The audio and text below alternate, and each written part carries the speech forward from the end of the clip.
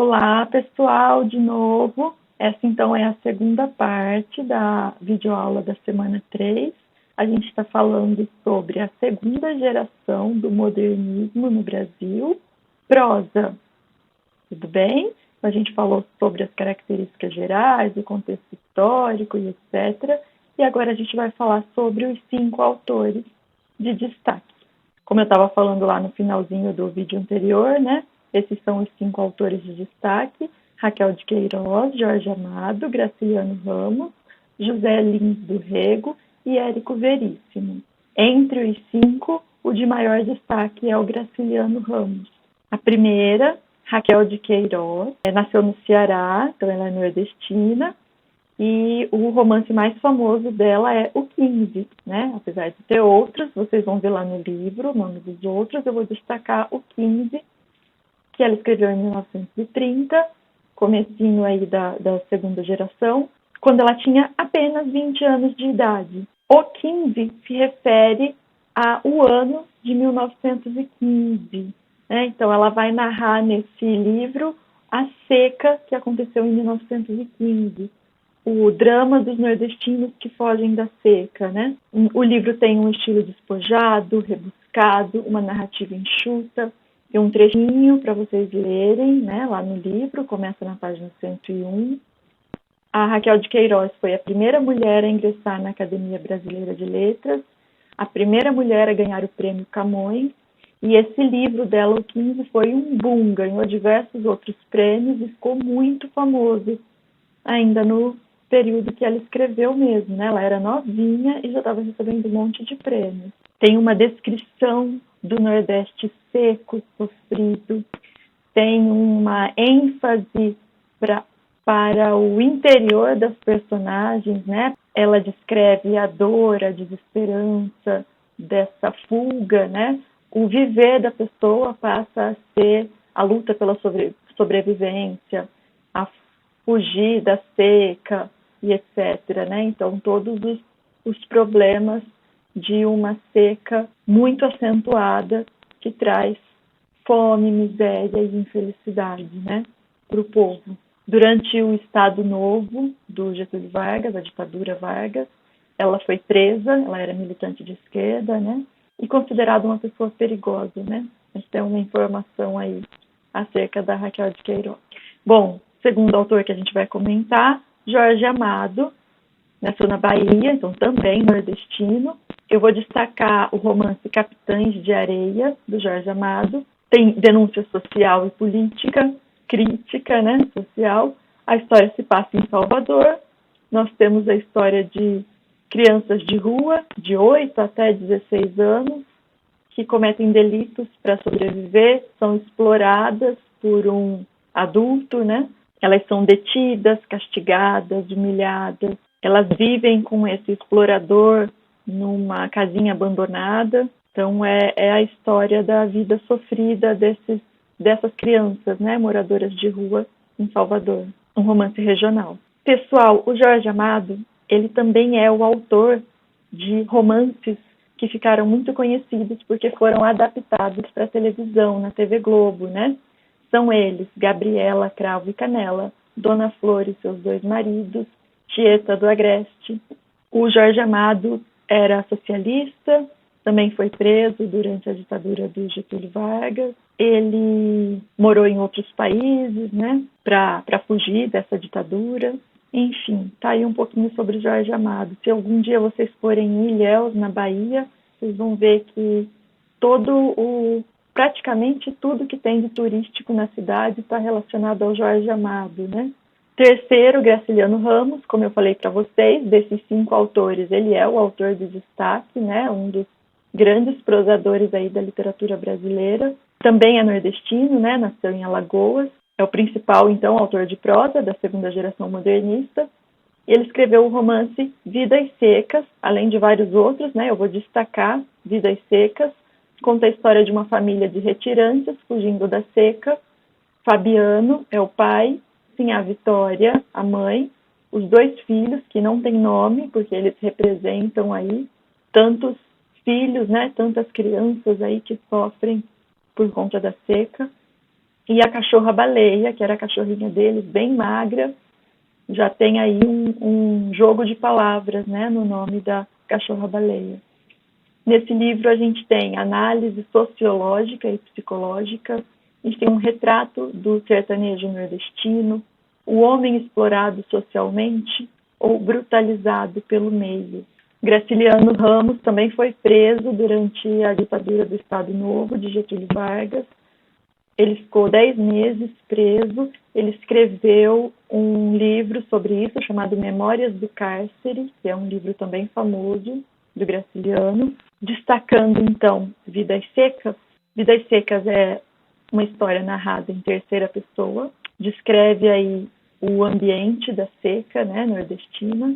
Nós temos, então, uma família fugindo para sobreviver, né, fugindo da seca, procurando um lugar em que chova, em que tem água, né, eles caminham por um rio que se secou, né, que não tem nenhuma gota de água, e eles conseguem chegar a um casebre abandonado, armam um tempo de chuva, eles ficam felizes e resolvem ficar lá. Depois de um tempo que eles estão lá, chega o dono daquela casa e coloca o Fabiano para trabalhar para ele. Mas quando chega no dia de pagar, ele não paga, né? Ele rouba o salário do Fabiano.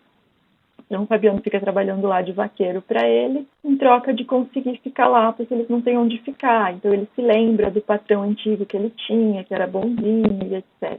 A gente tem uma linguagem seca e enxuta, como eu comentei com vocês na outra apresentação de slides. O Graciliano Ramos tenta passar para o papel a forma como o sertanejo fala, então o Fabiano tem uma fala meio que monossilábica, ele fala pouco, ele tem dificuldade de se expressar, né?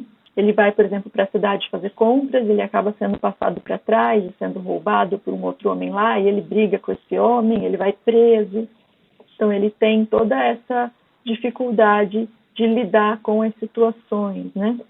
Esse livro é muito bonito, né? A forma de narrar é muito bonita, a atenção dada ao psicológico das pessoas é delicada, né? A gente tem, por exemplo, a cena da morte da cachorra-baleia, que é um trecho lindíssimo do livro, né? Que eu indico para vocês lerem, se não o livro inteiro, né? Pelo menos esse trecho da morte da cachorra-baleia.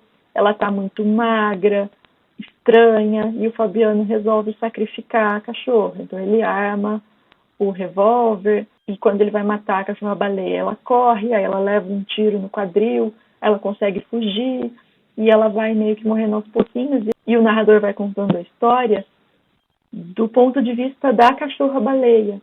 Então, ela vai sentindo menos o cheiro, ela vai conseguindo enxergar menos, ela vai imaginando as coisas, até que ela deseja acordar num mundo cheio de preás, etc., para ela caçar e comer. Então, é um trecho bem bonito do livro, bem delicado. Indico. No final do livro, eles resolvem fugir para o sul, né? E eles vão fazer uma outra viagem de fuga da seca, porque apesar de estar ali, de ter fugido de uma seca no começo do livro e ter chegado àquele casebre, né? Eles ainda estão passando por uma seca terrível, né? Uma segunda seca, e eles fogem dali em direção ao sul em busca de uma vida melhor. Esse romance Vidas Secas, ele descreve as personagens pelo seu interior, né? O foco aí é o lado de dentro das personagens. Agora a gente passa para o José Lins do Rego, que também é nordestino, né? Nasceu na Paraíba, e eu vou destacar para vocês Fogo Morto, que conta a história da vida nos engenhos de cana-de-açúcar, a decadência das estruturas econômicas do Nordeste, os desmandos dos senhores de engenho. Conta a história, então, do apogeu e da decadência de um engenho específico, o Engenho Santa Fé. Conta a história das pessoas, né, que vivem nisso, e com enfoque também psicológico a essas pessoas. Então, como essas pessoas sentem essa questão da decadência, a decadência do engenho também fica paralela a uma decadência no interior das personagens, né? Então, você tem aí o sofrimento das personagens. Então, são ações entrelaçadas, né? A decadência do engenho e das famílias. A humilhação das pessoas, ou a dificuldade de relacionamento entre elas, né? E etc. Então, isso está enfocado aí nesse romance Fogo Morto. Agora a gente passa para Érico Veríssimo, que é o único não nordestino aí, nos nossos autores de destaque dessa geração. Mas ele também é regionalista, né? Ele escreveu sobre a história do Rio Grande do Sul. Eu vou destacar duas obras dele, né? A primeira é Olhar os Lírios do Campo, que não é um romance regionalista, é um romance chamado romance urbano. A gente tem aí o registro do cotidiano da vida urbana e de problemas sociais, valores degradados. Conta a história de um rapaz, estudante de medicina, que se apaixona por uma colega dele de faculdade, ele se forma com muita dificuldade, ele tem vontade de crescer na vida e ele acaba optando por se casar não com a Olívia, por quem ele era apaixonado, mas por uma mulher de classe social mais elevada. Ele abandona a ideia de trabalhar como médico para trabalhar com o sogro e ele acaba percebendo que o dinheiro não trouxe a felicidade que ele esperava, né? Então ele acaba desistindo disso, ele tem uma amante, depois ele acaba voltando para o seu primeiro amor, né, de faculdade, tem filho com ela e ela acaba morrendo, né? Então ele fica pouquíssimo tempo com ela porque ele se preocupou com a ambição. Essa temática urbana no sentido de as pessoas nos empurram para você tem que ter sucesso, e sucesso é dinheiro, e sucesso é ter coisas, etc. E você acaba se esquecendo do que é mais importante, né? Do que a gente é por dentro, do que a gente precisa ter para se sentir bem, né? Que não é necessariamente dinheiro. A gente tem essa temática aí em Olhar os Lírios do Campo. E ele também escreveu o romance regional O Tempo e o Vento, que é dividido em 3 partes, com datas de publicação diferentes: O Continente, O Retrato, O Arquipélago. O Tempo e o Vento conta a história, então, do Rio Grande do Sul, né, da formação socioeconômica e política do Rio Grande do Sul, desde sua origem no século XVIII.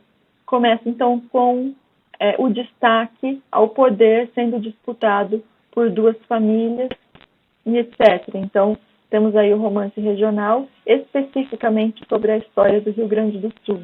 Essas são as referências que eu utilizei para essa aula, para a primeira parte e para a segunda parte, né? Qualquer dúvida vocês me perguntem, leiam os trechinhos que estão no livro. Um beijo e até a próxima.